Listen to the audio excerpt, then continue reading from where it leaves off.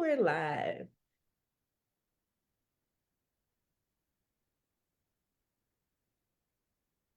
Anybody see us live yet? No. Hello. Anybody see us live yet? No. Hello. I got him. Are we live? I Weird. Facebook always changes what they do. I mean, Zoom, I'm sorry, not Facebook. Okay, yeah, we are live. Hi, happy Thursday. Happy Thursday. Welcome to our Good Girlfriends chat. We are so excited because this is our first Good Girlfriends chat of 2024. And the reason it's our first chat of 2024 is because I'll say we decided that menopause was going to be the first discussion we had this year. So we were waiting to get on the calendar of our dynamic guests, Dr. Gail McDonald and Dr. Amira Clemens, so that they could share with us everything we need to know about perimenopause, menopause, postmenopause, anything with the word men and pause in it, we need to know about it. So welcome. I'm Cara, and I'm a regular, so I'll pass the mic over to Regina now. Hello, everyone. Oh my gosh, we have missed the good girlfriends. And just because we're not here does not mean we're not connected, because we are connected to all of you in so many different ways. But we are excited, and I'm excited about this topic tonight. So I will just say welcome back to the virtual living room. It's been a little while. At one point, we were hitting this every Thursday, it seems. Then we went to every other Thursday. And now it seems like maybe we're on a once a month jam. But this topic is extremely important, as we are all the good girlfriends on here. I'm not sure if we are all in menopause or different stages, but we are of that age. And this topic is so very important, especially as it impacts how it impacts Black women. And so I'm so happy to have the panel that we have today. And I can't wait to just kind of jump right into it. Yeah, and for anyone who is viewing this live, feel free to put your questions in our Facebook live post. And if you don't want to share on Facebook live post, I understand. You can either send an instant message to a messenger message or text if you have our phone number, whatever you want to do. For privacy's sake, that's fine too. But we do want to get the questions answered for you and share as much information as we can tonight. So let's jump right in. First, I just want to say thank you again to both of you for taking this time to talk about this very important topic.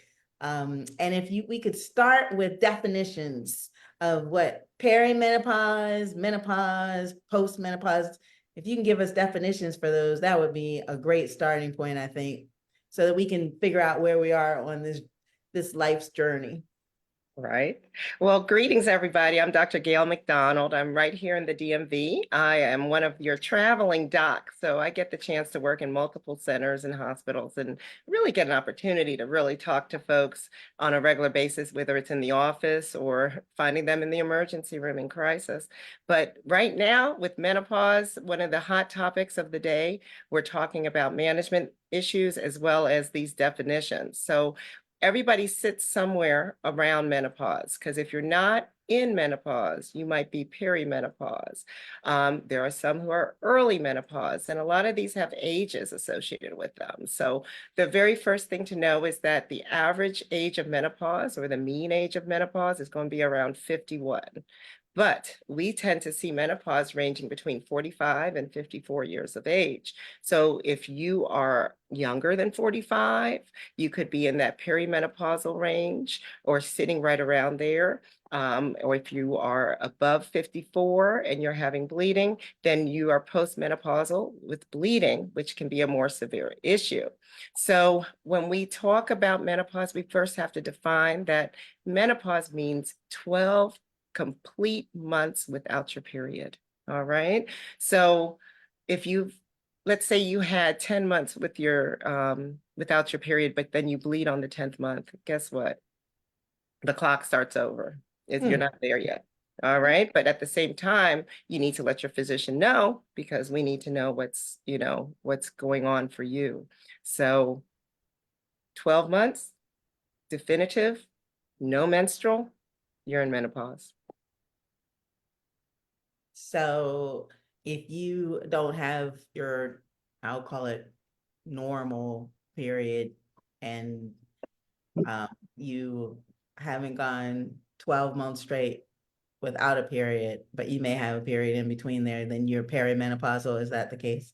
That would be the case. We would call that perimenopausal bleeding, but it's a diagnosis of extinction, meaning that we want to make sure there was no other reasons why you were having that irregular or abnormal bleed first. So definitely whenever you just see your cycle, being irregular, we want to discuss it and we want to make sure that we're getting a good history from you and understanding the reasons why, because there could be other reasons why that's happening beyond menopause itself. Are there tests that you can take to find out what stage you're in? Honestly, a lot of people come in the office and they ask for a hormone test. I want that hormone test. I want that test that's going to tell me I'm in menopause or not. As we move into menopause, the history is the number one factor that's going to play a role in diagnosing menopause. But if we are really curious, we can start to look at the ovaries and one of the hormones that the ovaries secretes, and follicular stimulating hormone. And we can look at that number. And as that number starts creeping up, then we can start to realize that they're not in those reproductive years. The ovaries may not be functioning the way that they used to when they were younger, and they're moving into menopause. And that number would be like a 30 and above. So what would be symptoms of perimenopause? Irregular bleeding. Sometimes patients come in, they said, I always got my period every month, pretty like clockwork, every month on a regular basis. But I'm starting to spread out a little bit, or, it's starting to be every 45 days. When we talk about a normal cycle, we talk about 7 days, 28 days is the perfect textbook cycle, but 7 days plus or minus, so 21 to 35. So with that being said, if somebody's starting to range into the 38, 45, they're creeping out there, they're finding that their periods aren't coming as frequently, that might make us consider that they're in the perimenopausal stages as well. Or what if they are coming like, 2 periods in a month or that kind of thing? Some dysfunctional bleeding can occur when that's happening. That deserves a workup because it could be something other than just simply perimenopause. Are there other symptoms with perimenopause I'll besides? tell you. The symptoms of menopause, just going right into it, the symptoms of menopause, sometimes, you start getting those hot flashes. You get cold night sweats, you can get the mood swings, where you're just feeling moody all day and don't know why. There can be issues with feeling foggy in the brain, not having the energy that you used to have. And the one that gets a lot of people, weight gain, especially in that midsection area. So all of those things could play a role too. They can create, that issue even before you've seen your 12 months without a menstrual.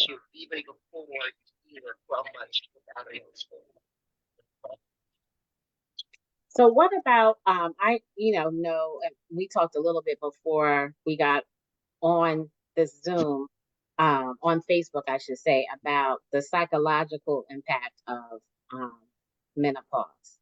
Many women struggle with feeling not Yeah. in their bodies during this time.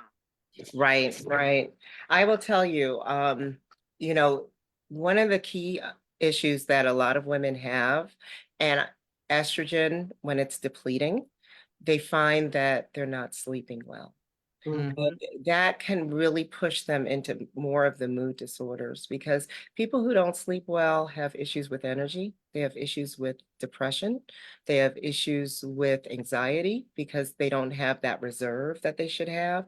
And so all of those play a role in menopause. And when you really look at an individual holistically, you kind of want to ask that in the history taking portion, because we want to know, like, what's changing in your world? Why is it that you have come to me today to discuss this? Because if you actually made an appointment and drove yourself to our offices to sit down and have this conversation, it means something to you. And we really want to take time to get to know where and get down to the nitty-gritty of what are those changes and how can we best help you.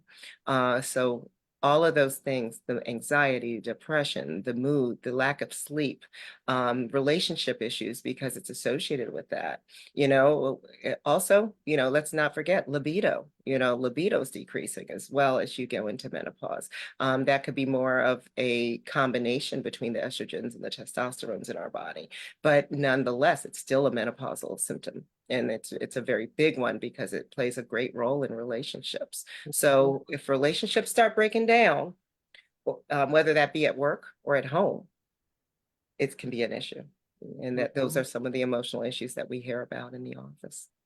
So it was interesting when you said foggy brain, because when I think about foggy brain, like I think about COVID and after COVID, right? Like that is one of the like effects of, after having COVID, and energy levels as well. So do you believe that COVID, if you've contracted COVID, can that have some correlation between menopause and your symptoms and those type of things? Just curious. You bring up a great point. The studies, though, have been looking at some other things in relation to menopause, as well as in our reproductive age women who are menstruating. But one of the things that we've seen a relationship with is cycle changes. So seeing your cycle come more frequently or irregularly, even after an immunization, a vaccine, you can get a cycle change as a result. So we have seen changes in cycle. Episodes of postmenopausal bleeding. There was a study done recently, and the article said that there wasn't a deep correlation, but it was curious enough for them to actually do the study. So clearly somebody had put out the hypothesis and thought that there was some curiosity there as to what's going on with some postmenopausal bleeding that may have occurred, after COVID. But no, there is a correlation between cycle irregularity. So I guess the other question that I have is, we talked a little bit about some of the symptoms that women experience, whether they're perimenopausal or, full-blown menopause. And what are some things, I guess, that women can do to mitigate these symptoms that they're experiencing, because it's causing hardship for for a lot of women. Yeah, oh goodness. So let's kind of go down the list, because I want to take each one, in its entirety to give it value. But let's start with those hot flushes and the night sweats, because number one, hands down, that's the number one thing that women complain about. It's the number one thing that causes them to lose their sleep at night. And it kind of parlays into other symptoms as well. But, how do we best mitigate that? With medication. We can talk about exercise as a resource, eating well, weight loss, because we have seen a correlation between obesity and worsening of symptoms. So weight loss, weight control is going to be really great in terms of improving symptoms as well.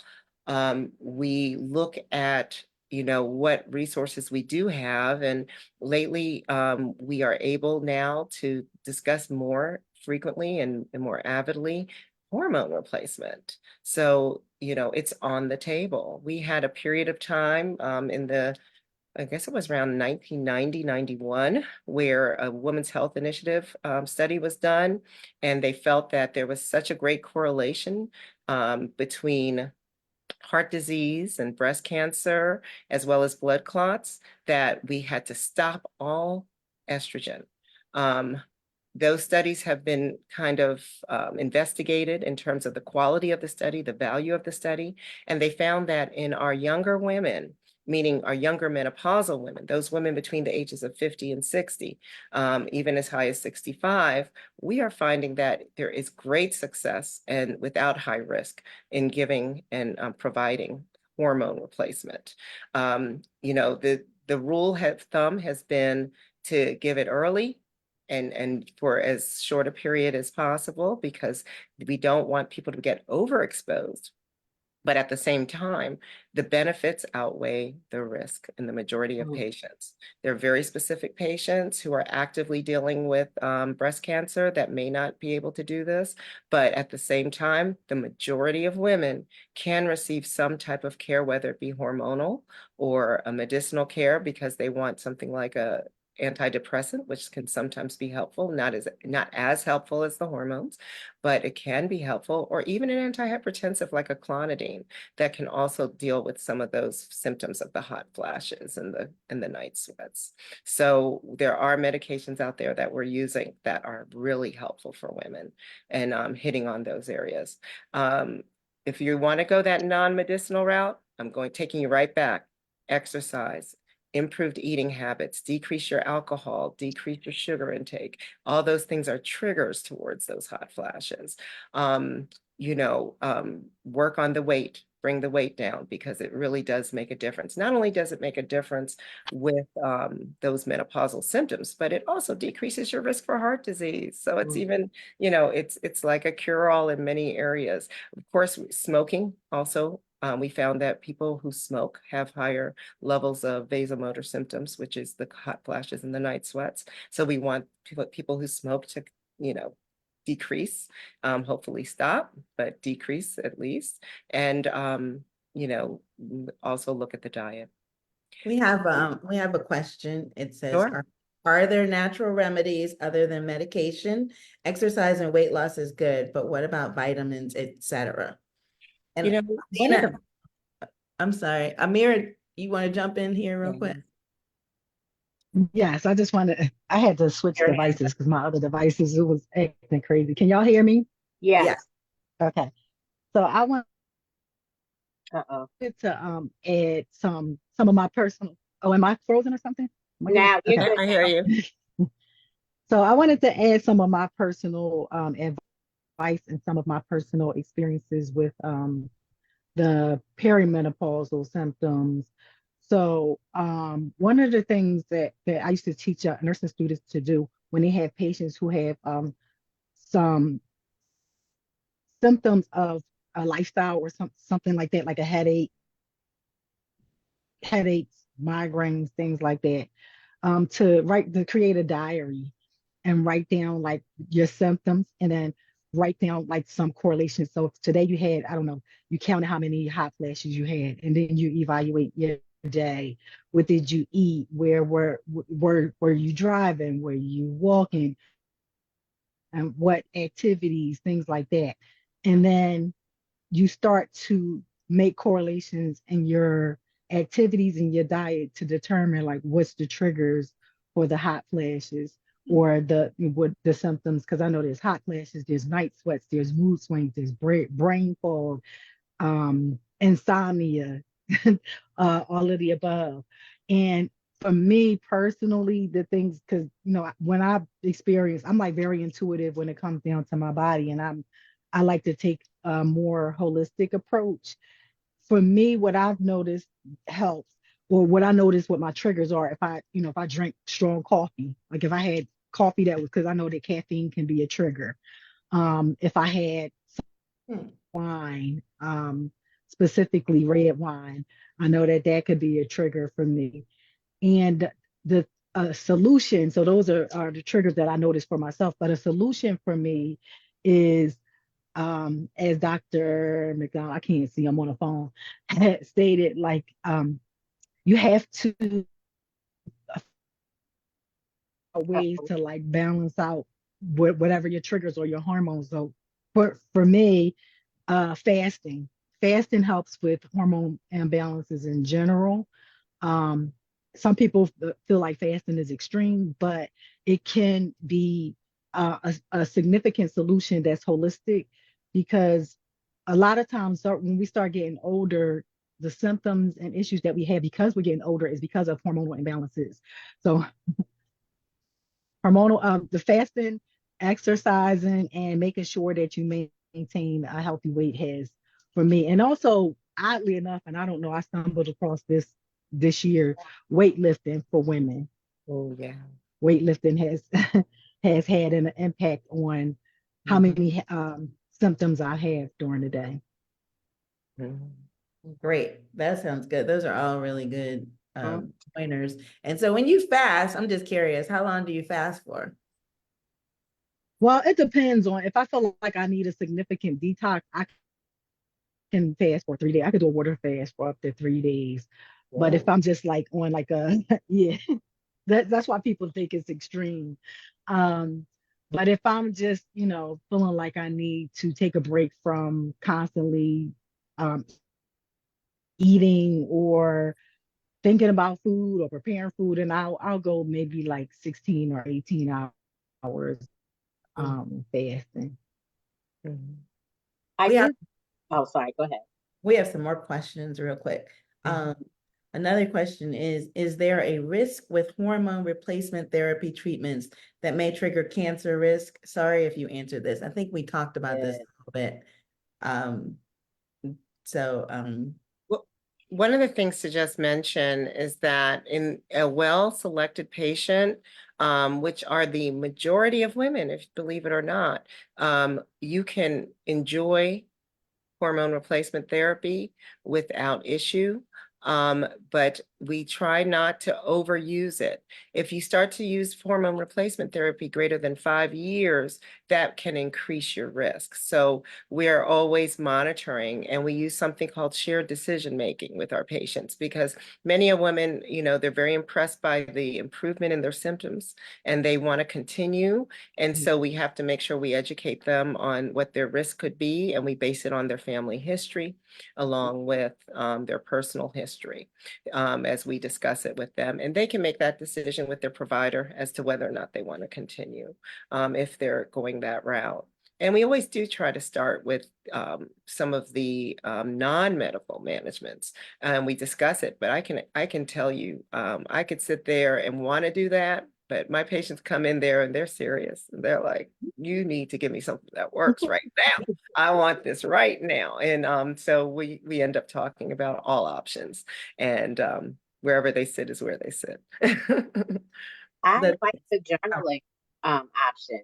I mean, yeah, Yeah. between you, I think that is, I've never heard, I mean, they say, when you want to lose weight, journal, watch, but really to like be purposeful, very intentional about, I have this symptom and this is what happened during the day. That's mm, amazing. I think that's an excellent suggestion for especially someone that's in the beginning stages, like the perimenopausal phase, because you get to be more in tune with your body Mhm. and really identifying those triggers, right? mm. And so maybe, then you can make some adjustments. I just think that's a great suggestion too. Um, It allows them to take ownership. So I really love that. yes, I love full that. ownership. Yes. Next question is it possible to be menopausal or in menopause without hot flashes and night sweats? Hmm. What are other indicators of menopause besides night sweats and hot flashes? Yeah, that's a great question, and it's absolutely true.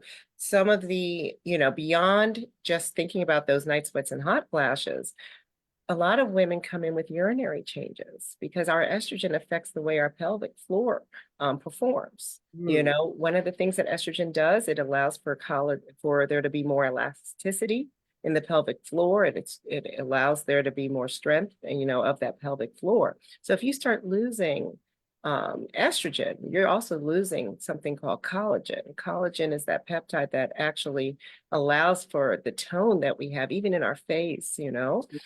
So we have that issue vaginally too. You know, we're losing tone, we're losing we're getting dryness as a result of that as well. So you can imagine if things are changing right around the bladder area and the vagina and the urethra, you're going to have issues with the way that you urinate.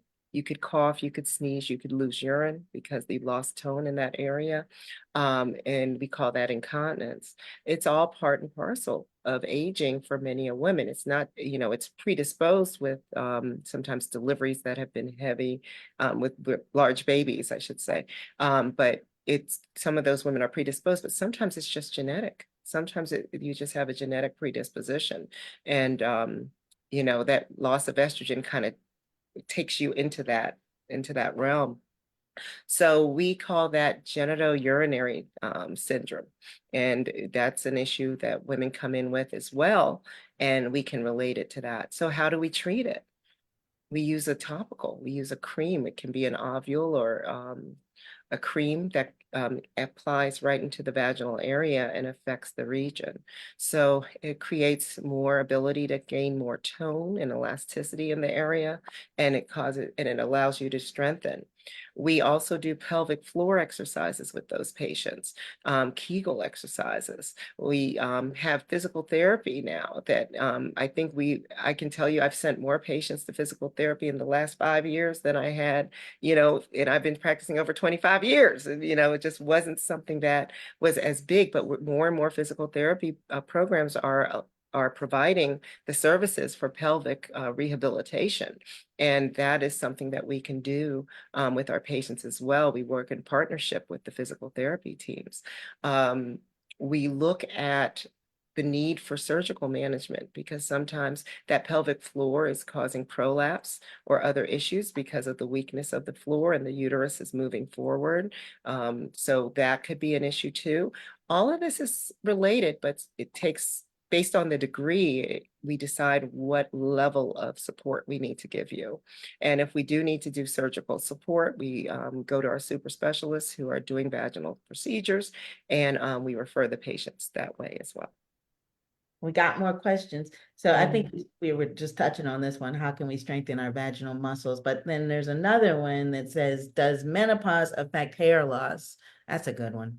Oh, yeah. All right. So there's a lot of different ways that can do that. Look, Amira, kick in any moment. You want to talk about that one? Yeah, definitely with the hair loss, and not just like, you know, hair loss that's obvious, but your hair can like thin out significantly where you had luscious long locks, and then all of a sudden, like every time you go to wash your hair or brush your hair, like you see thick thick amounts of hair being pulled out into the brush, or like when you wash your hair, like you notice the drain is more full than usual. But yes, it all has to do with the again the hormonal imbalance, the loss of the estrogen that we once had when we were young. And it's funny because it was something that I wanted to add when we first got on here, started talking about perimenopausal. I don't know if anybody saw the video from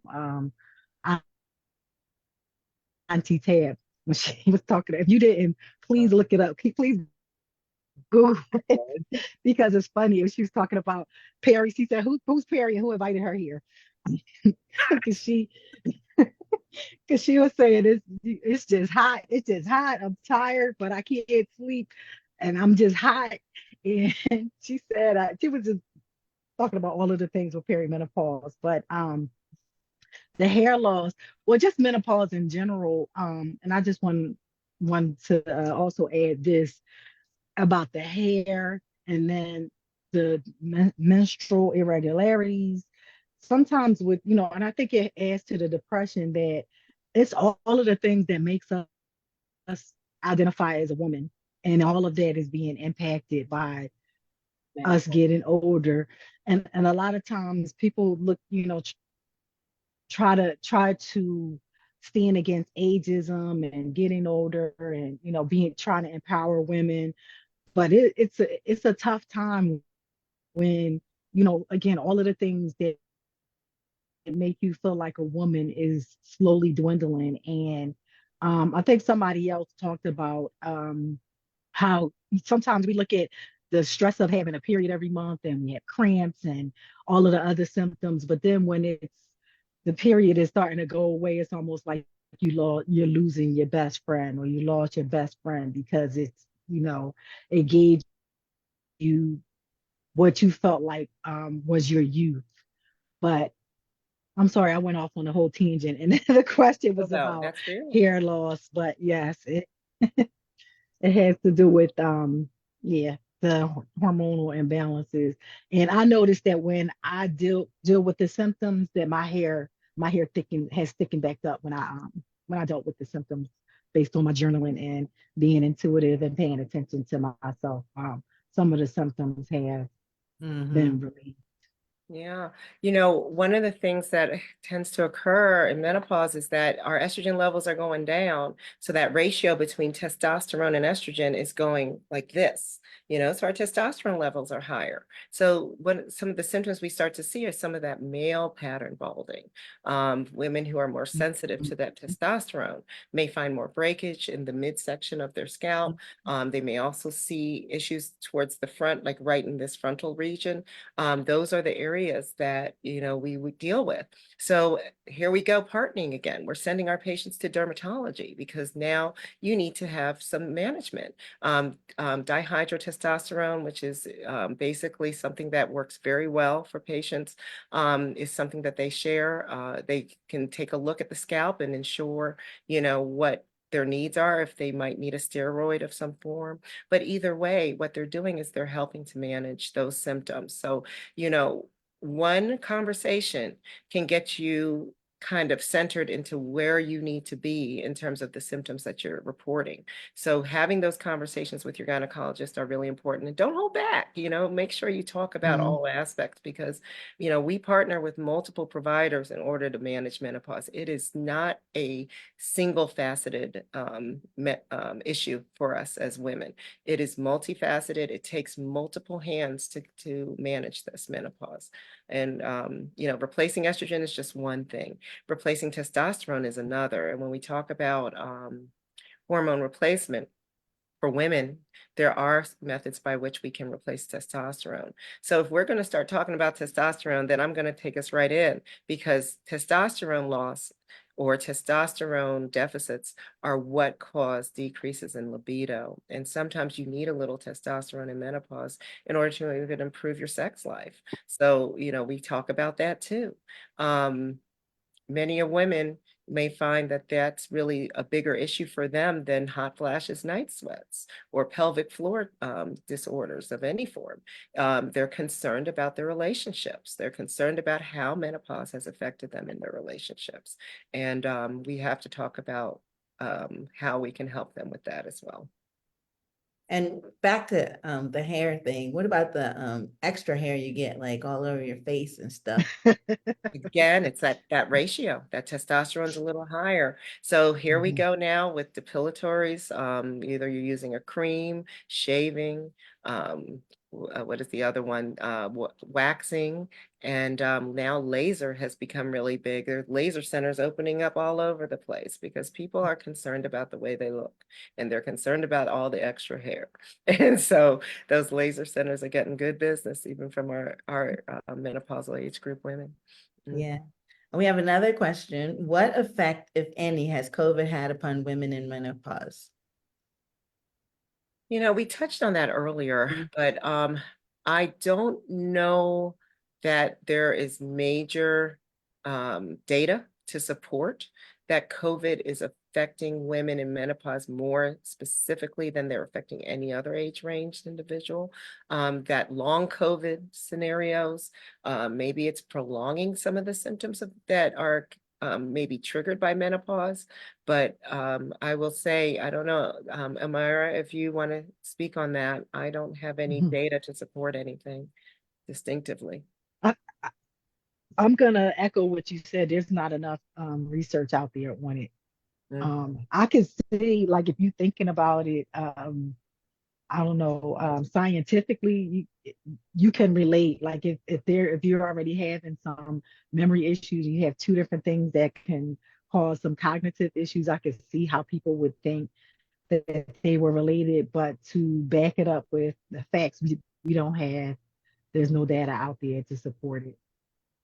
This isn't necessarily about menopause, and I probably shouldn't go off on a tangent, but is anyone aware of a study about if the vaccines are causing any type of blood issues or um any kind of breast cancer in women or maybe even men, breast cancer, um, a There height. were articles, there were actually articles out. And one of the things that we have seen and we've supported at this stage is, of course, in our reproductive age women who are menstruating, that there are menstrual irregularities associated with the vaccines.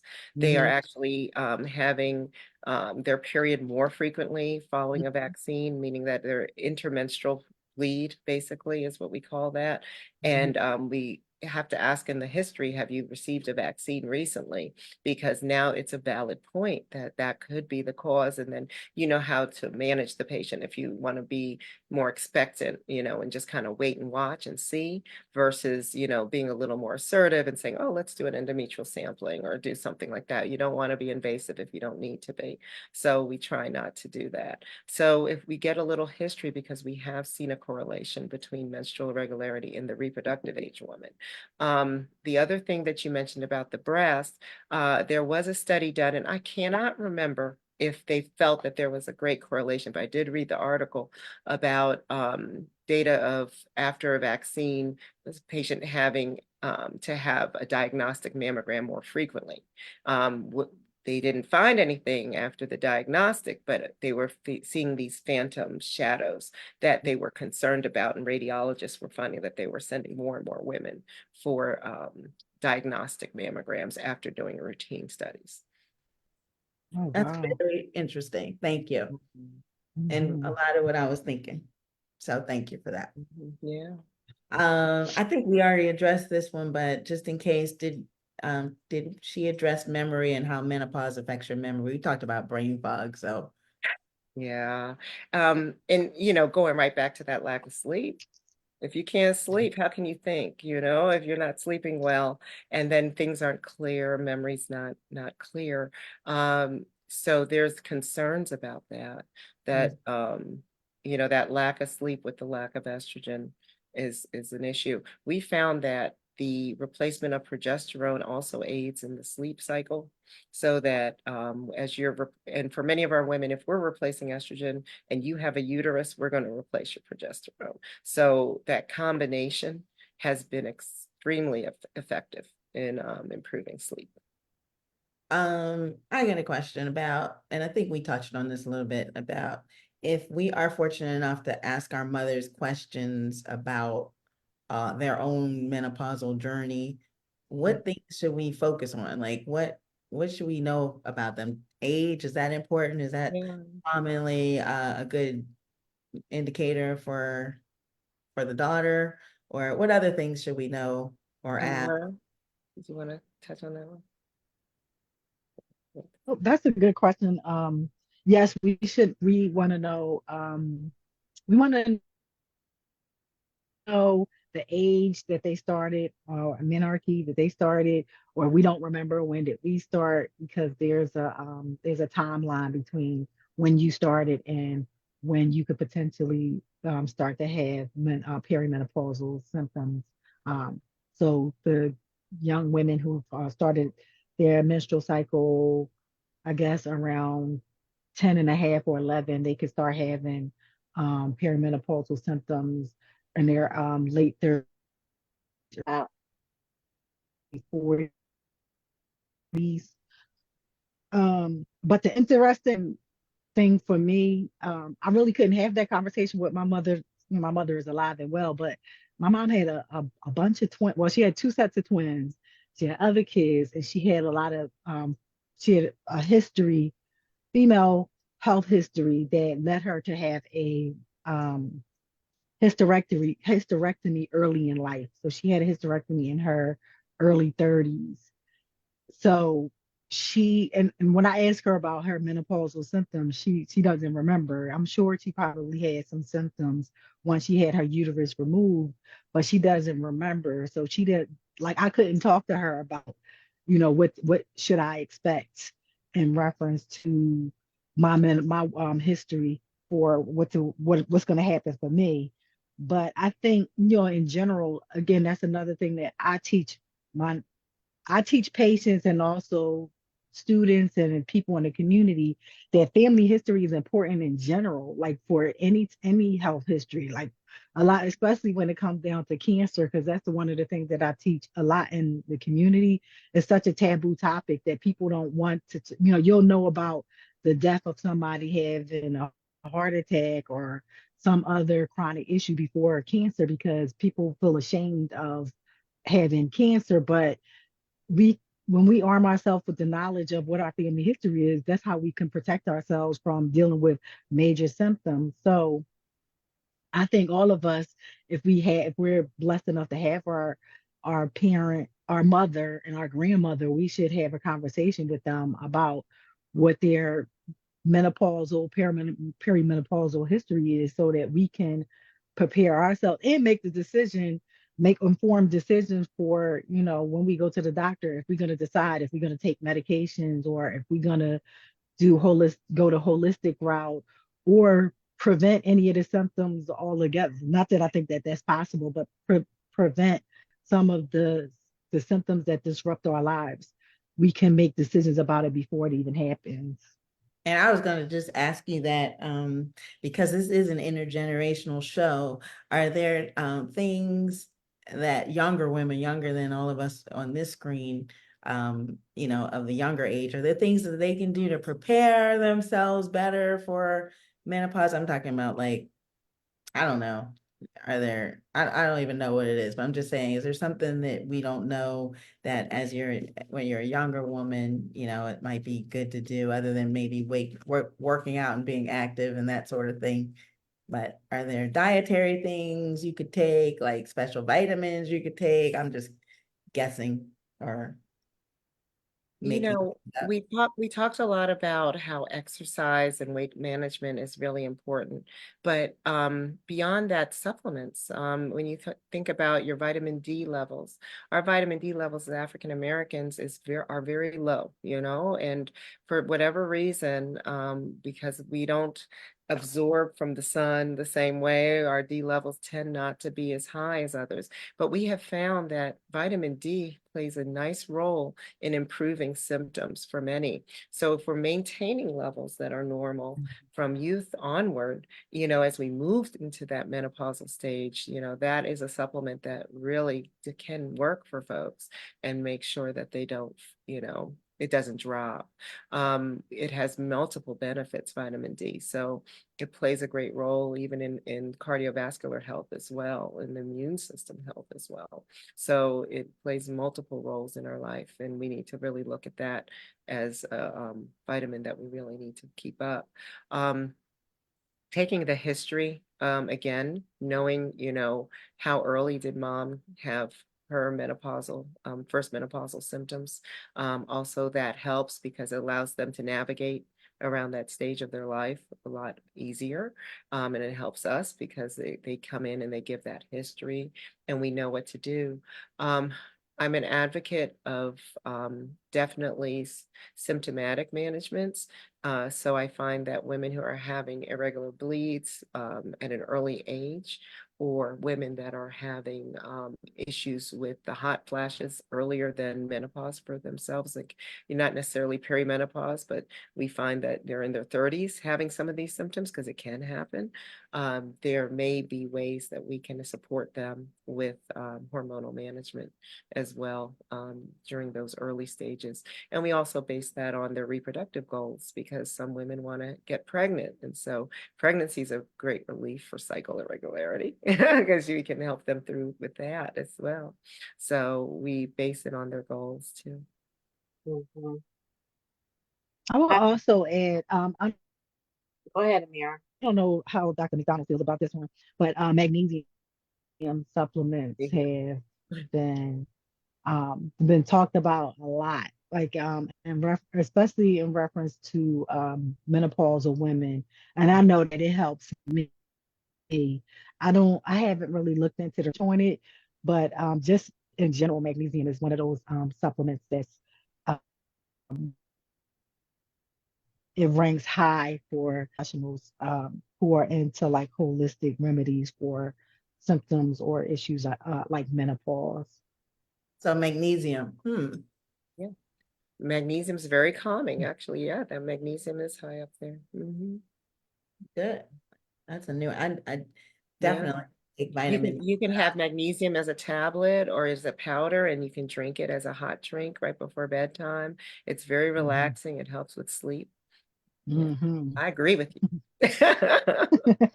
It's a nice one. There's a Yeah. product called Calm that I enjoy even. It's really nice.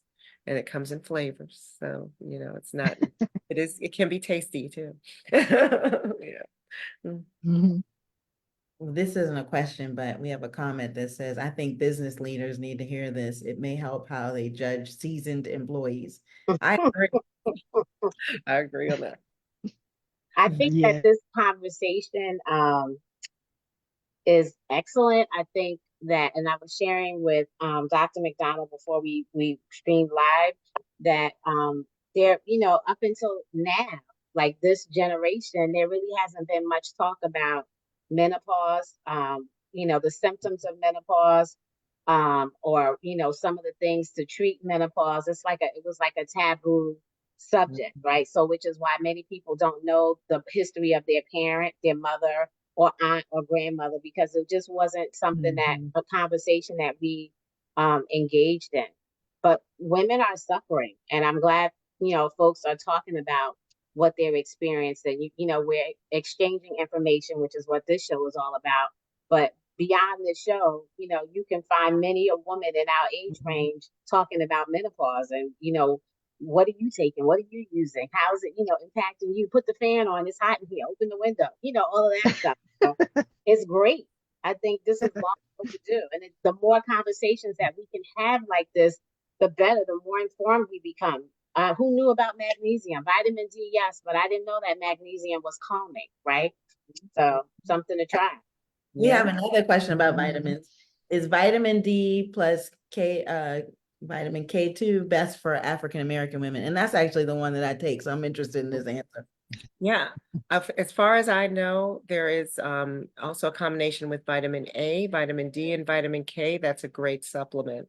AD. For Okay. Yeah, the combination of the three. And you can get that, at your local vitamin shop, or it can be, I think it can be prescribed, but you can get it over the counter as well. Mhm. Hmm. We have another question that says, does magnesium mix well with champagne? Oh, That's I funny. would I wouldn't have to answer to that one. I don't know. I wouldn't suggest it. I mean, I do know that I've heard doctors tell people to take a magnesium after a night of drinking, after, not with, but after. It can help with recovery. That's I funny. think it's magnesium and a B complex you could take Uh, after a night of drinking to recover. with their I IV don't know about with hydration. though. Well, always remember, don't overdo magnesium or else you'll find yourself in the bathroom because it can cause you to have Oh, and then oh lose yeah. control. Yeah. So be mindful not to overdo it. Awesome. I will try the magnesium for the calm. I like that. Mhm. Mhm. Yeah. Calm is good. I was also gonna add to your comment, Jeanette, that I think this conversation should also be had with our men and our male children so that Mhm. they can learn to be empathetic and have an understanding of what mom is going through. You Yes. know, I don't know what sister is going through when, she wants them to be left alone for 5 to 7 days.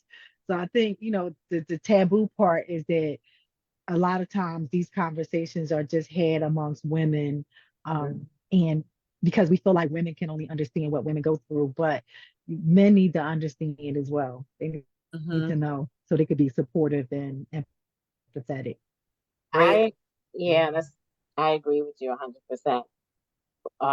One of the things that I talked to again, um, Gail and Cara before we got on here live, Mhm.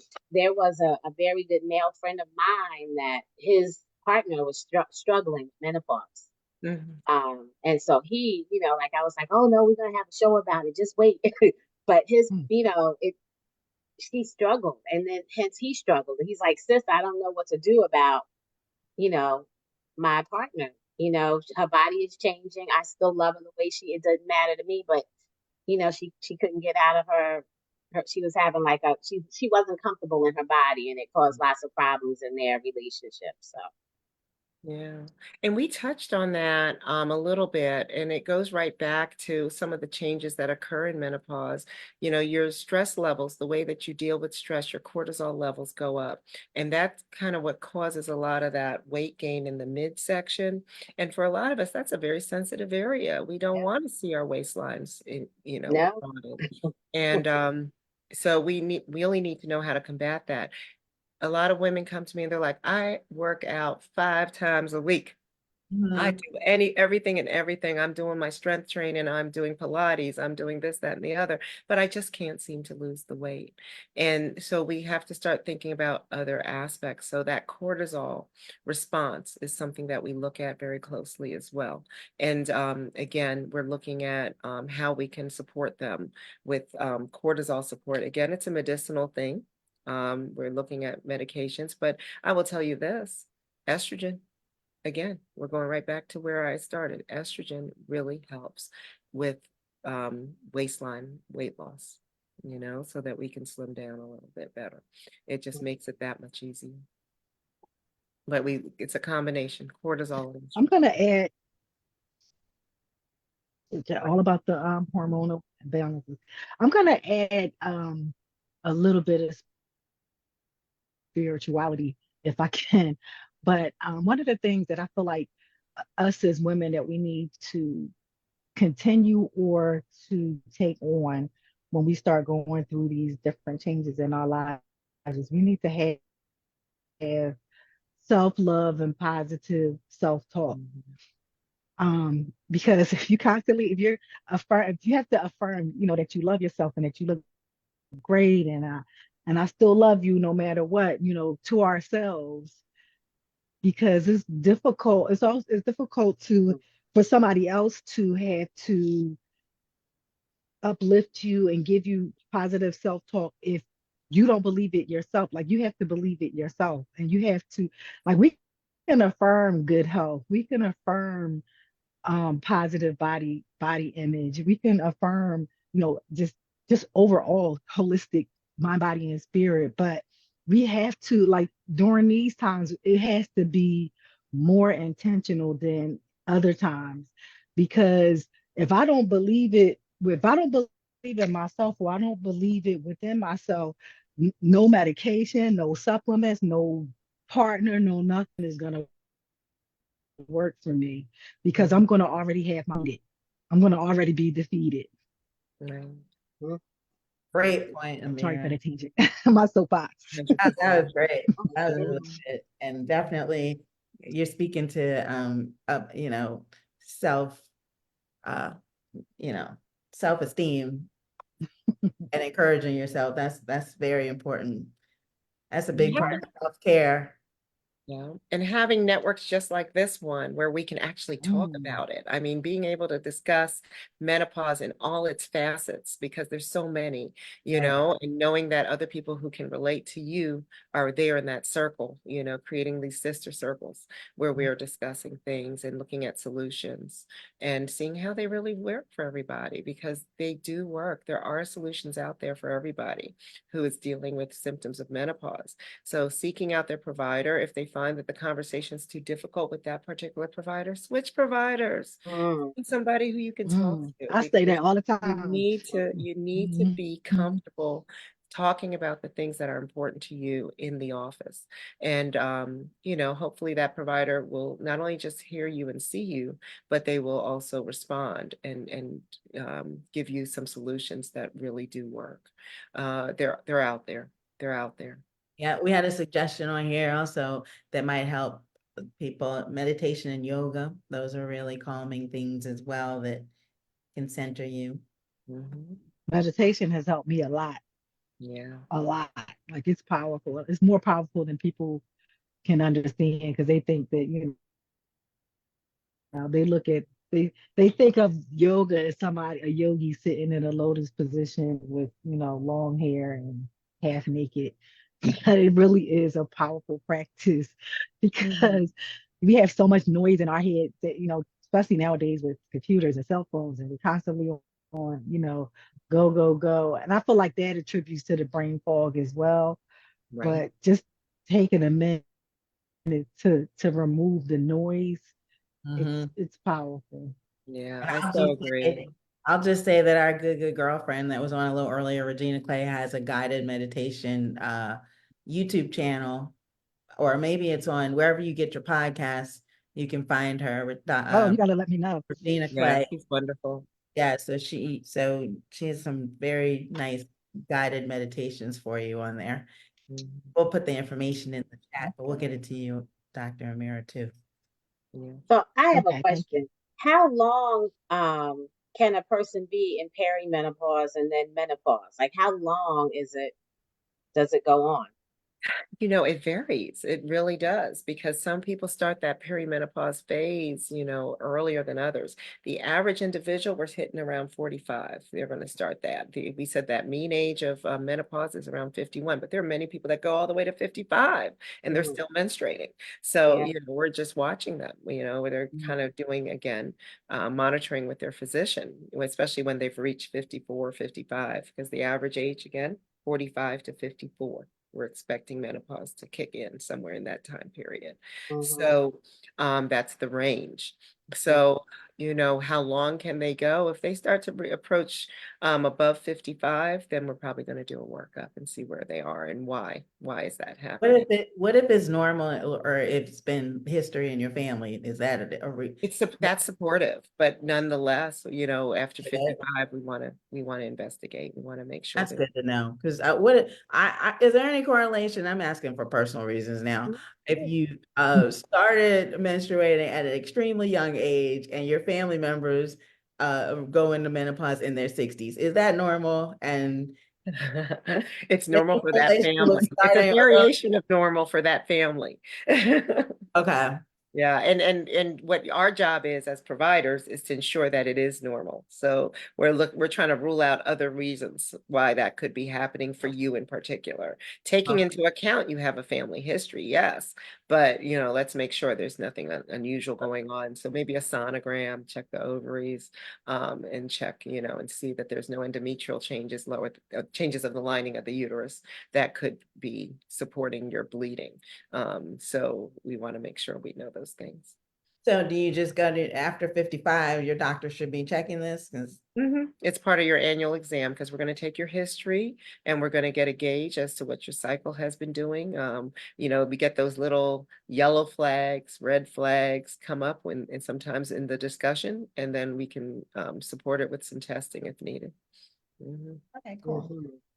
What about like the increase of fibroids like during perimenopause? Is that a common thing or?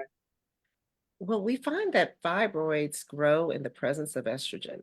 Okay. Mm. So usually women who are in their 30s and above, that's when we start to see a higher population of fibroids.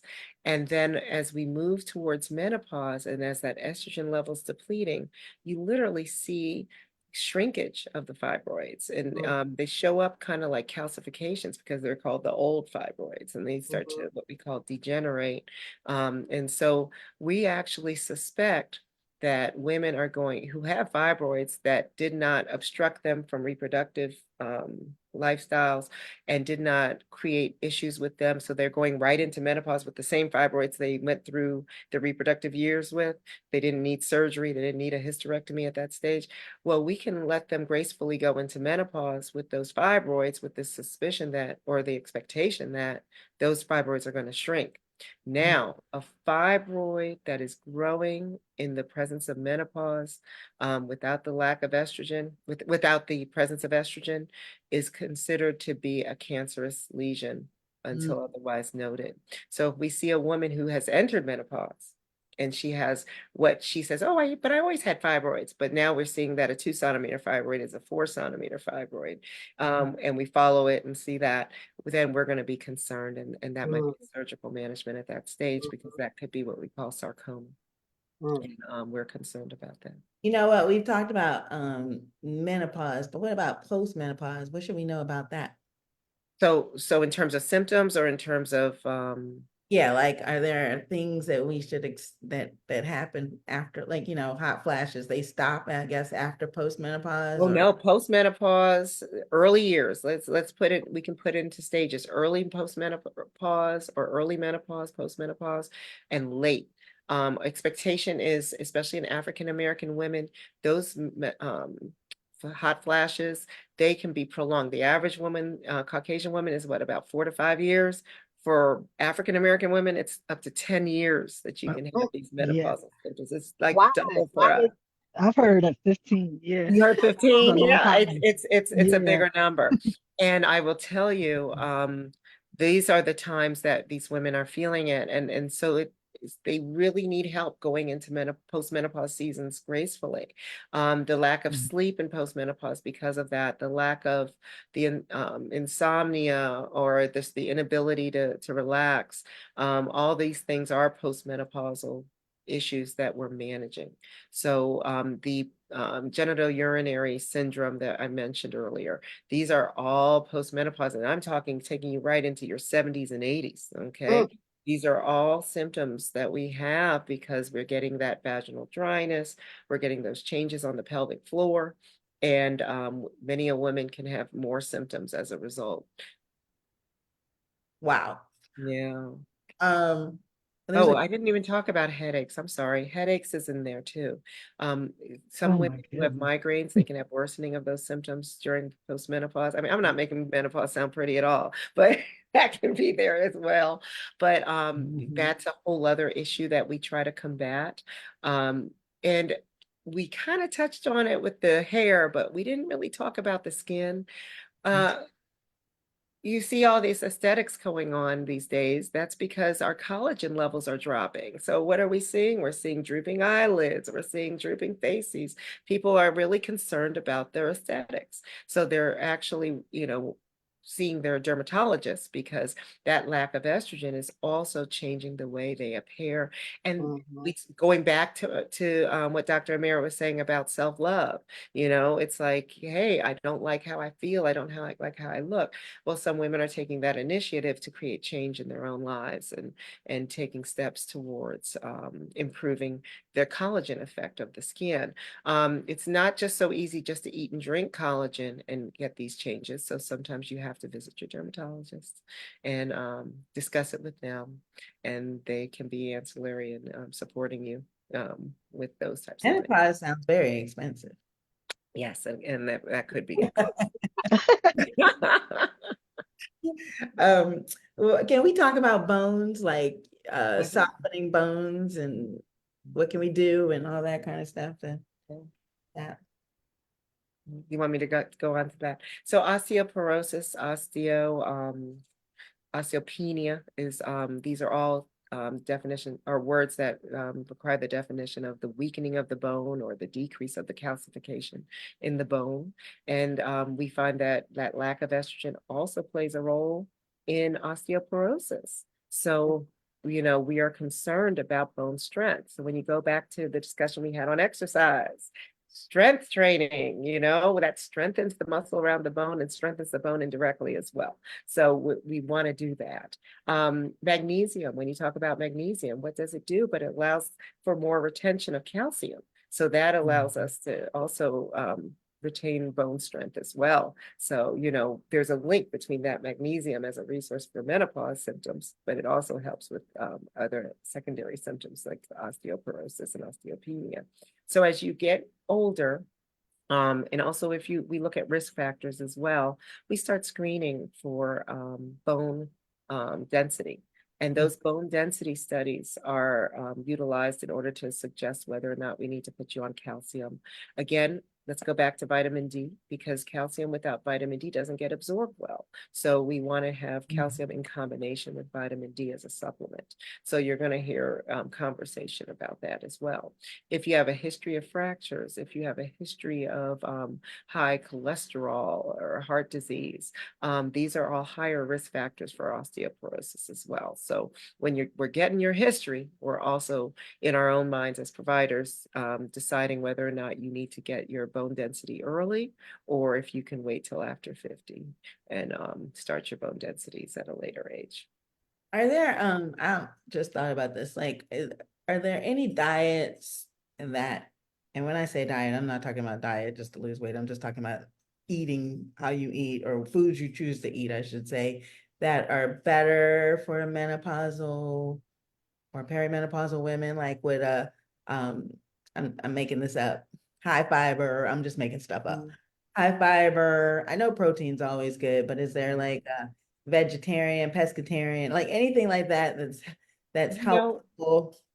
There are studies, and I know, Mary, I know you can attest to these, the blue zones that are in the Oh my goodness. the world. There's these blue zones, these regions where people are living longer.